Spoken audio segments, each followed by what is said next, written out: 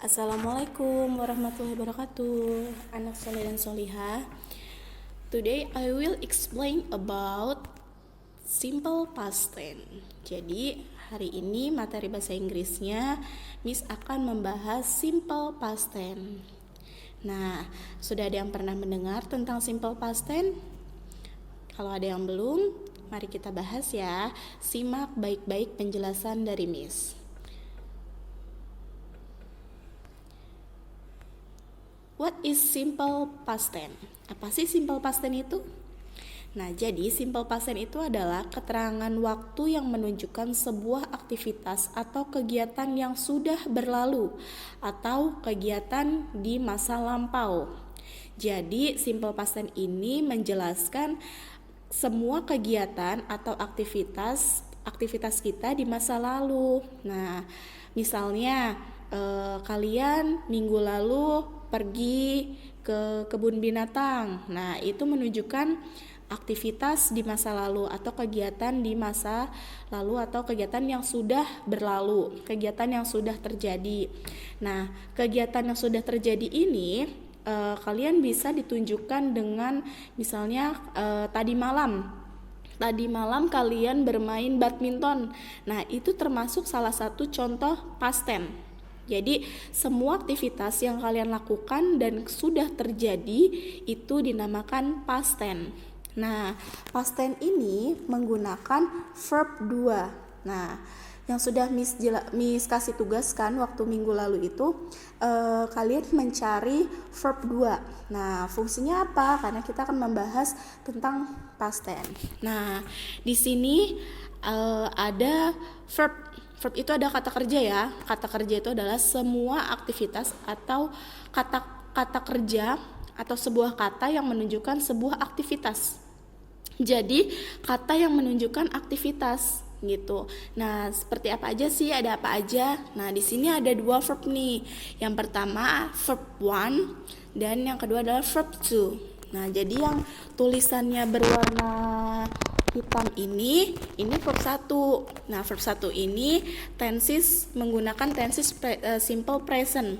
Nah, tapi kita kita tidak pakai yang verb 1 ini ya. Kita menggunakan verb 2. Nah, tulisan yang berwarna biru dan hijau ini yang di sebelah kanan. Nah, kita membahas tentang verb 2 gitu.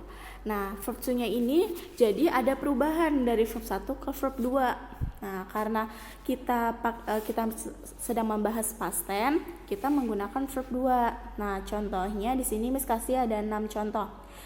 Verb 1-nya bring. Bring itu apa? Bring itu artinya kan membawa. Nah, ketika dia digunakan ke dalam past tense, digunakan ke dalam bentuk past tense, dia berubah menjadi brought.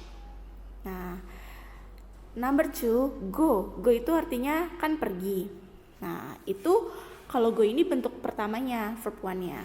Tapi kalau verb 2-nya dia went. Nah, terus selanjutnya study. Study berubah menjadi verb 2-nya itu adalah studied. Dan yang nomor 4, write. Write verb 2-nya itu adalah wrote. Next, need verb 2-nya adalah needed.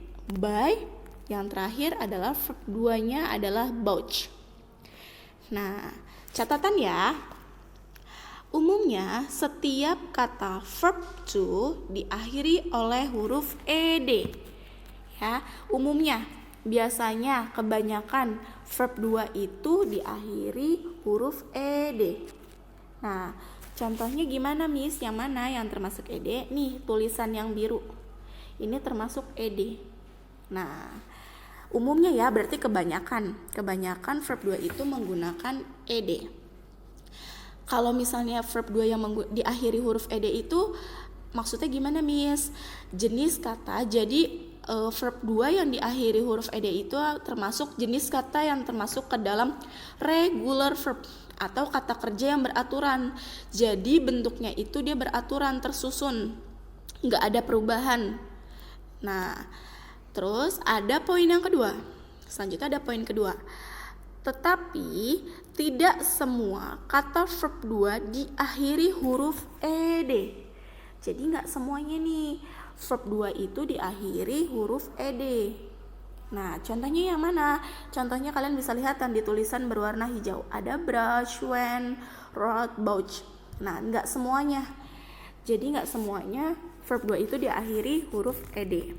Nah, yang tidak semuanya diakhiri huruf ed ini termasuk ke dalam irregular verb.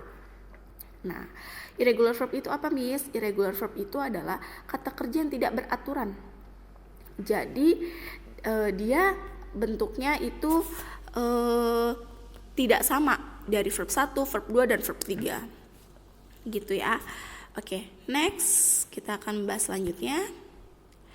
How do we use past tense? Bagaimana kita menggunakan past tense?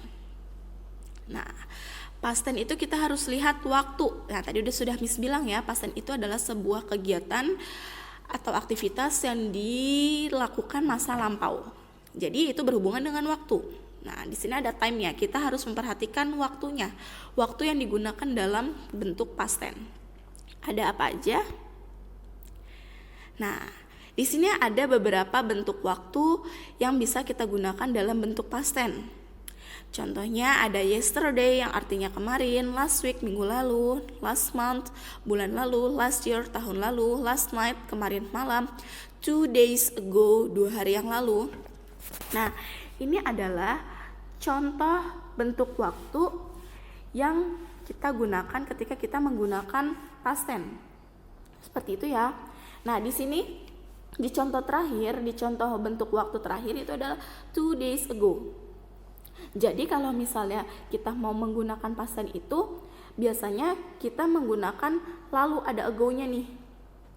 Misalnya ini kan 2 hari yang lalu, 2 days ago. Kalau misalnya 5 hari yang lalu, berarti tinggal tambahin 5 days ago gitu.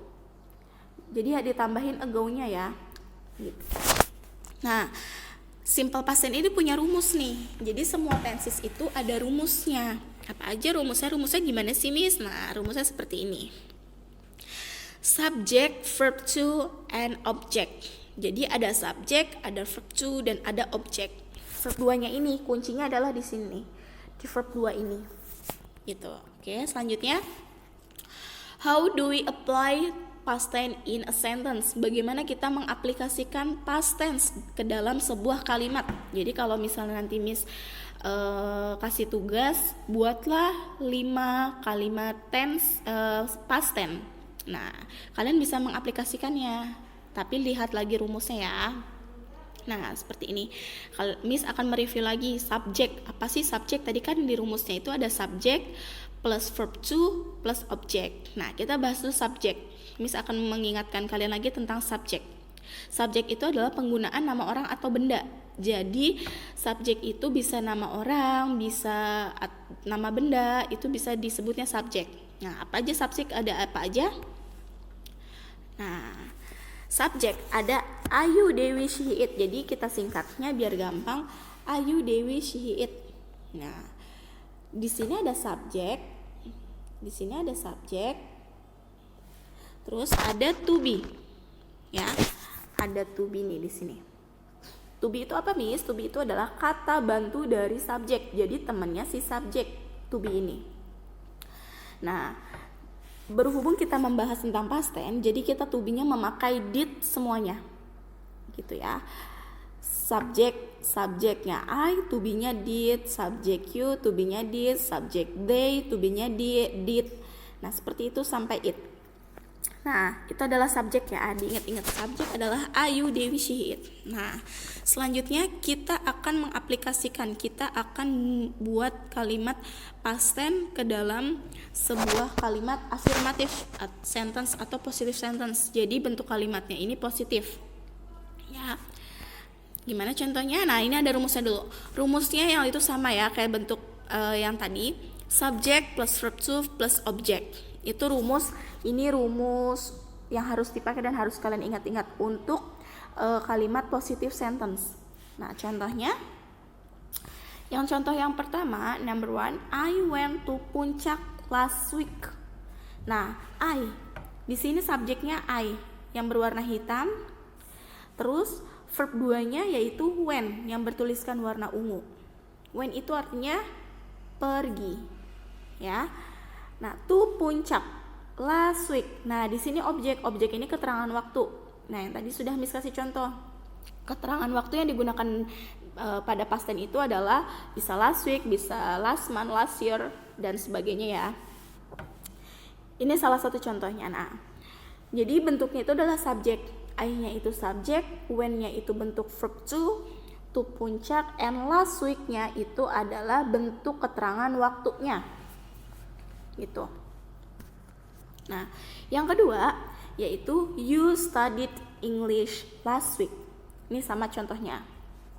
You-nya itu subjek, studied-nya itu bentuk kedua, dan last week-nya ini bentuk keterangan waktu yang menunjukkan past tense, minggu lalu. Jadi nomor 1 itu contohnya, saya pergi ke puncak minggu lalu. Gitu. Oke, selanjutnya di sini ada negative sentence ya. Jadi setelah positif ada negatif. Nah, yang negatif itu seperti apa, Miss? Nah, negatif itu rumusnya seperti ini. Subject did plus not plus verb 1 plus object. Ini ada plusnya ya. Jadi subjek yang tadi sudah Miss jelaskan, subjek dan did. Nah, did ini nih, did ini adalah pasangan si subjek, to be-nya gitu. Jadi kalau untuk negative sentence itu kalian menggunakan did dan menggunakan not, karena negatif itu kan tidak ya, menunjukkan kata tidak. Jadi kita tambahkan did, to be-nya dari si subjek, temannya si subjek. Terus, nah di sini verb-nya berubah. Kenapa verb-nya berubah jadi verb 1? Karena did-nya ini sudah menunjukkan verb 2. Jadi nggak boleh double verb. Jadi kalau misalnya sudah verb 2 harus verb 1 gitu, dan ditambahkan lagi seperti biasa objek. Bagaimana contohnya? Nah, contohnya ini. I did not go to puncak last week. Jadi I-nya itu subjek, did not. Nah, did not-nya ini to be-nya. Go. Nah, garis yang garis miring dan ada garisnya di bawahnya itu adalah verb 1. Berubah. Go. Nggak pakai when lagi. Kalau yang tadi contoh pertama kan pakai when. Nah, ini dia berubah jadi verb 1, verb 1. Last week. Nah, yang warna hijau ini seperti biasa keterangan waktunya. Begitupun nomor 2. Nomor 2 juga seperti itu. You did not study English last week. Kalau contoh yang positive sentence-nya itu kita studied, kalau yang ini kita tambahkan did not-nya dulu, baru ditambahkan study gitu. Dan selanjutnya ada interrogative sentence atau kalimat tanya. Seperti apa kalimat tanya? Rumusnya, kalimat tanya adalah rumusnya seperti ini. Did, subject, verb 1, and object. Jadi kalau tadi did-nya kan di tengah kalau di negative sentence. Kalau interrogatif kalimat tanya, did-nya itu ada di depan, subject, baru setelah itu subject dan verb 1, lalu object. Jadi harus ada tanda tanyanya ya kalau untuk interrogative sentence. Jadi diingat-ingat kalau interrogative sentence atau kalimat tanya, to be-nya, did-nya ini di depan, baru yang kedua adalah subject. Berbeda dengan positive sentence dan negative sentence, itu subjeknya berada di depan. Kalau kalimat tanya, subjeknya berada di nomor 2. Contohnya seperti ini. Yang pertama, did you go to puncak last week? Jadi did-nya ini berwarna biru, berada di depan. Nah, setelah itu baru you. Nih, sini ada you kan?